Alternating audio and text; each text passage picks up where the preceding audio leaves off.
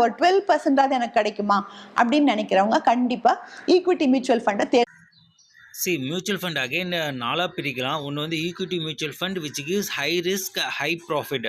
So ஓரளவு ஒரு 12 to 14% profit வேணுன்றவங்க mutual fund equity mutual fund choose பண்ணியே ஆகணும்.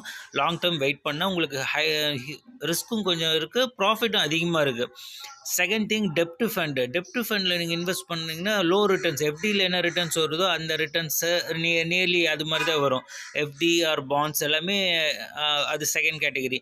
தேர்ட் வந்து ஹைப்ரிட், பாதி 50% வந்து ஈக்விட்டி 50% வந்து டெப்ட் ஃபண்டில் இன்வெஸ்ட் பண்ணுவாங்க. ஃபோர்த் வந்து அதர்ஸ், இந்த கமாடிட்டி கோல்டு சில்வர் இதில் இன்வெஸ்ட் பண்ணக்கூடியது.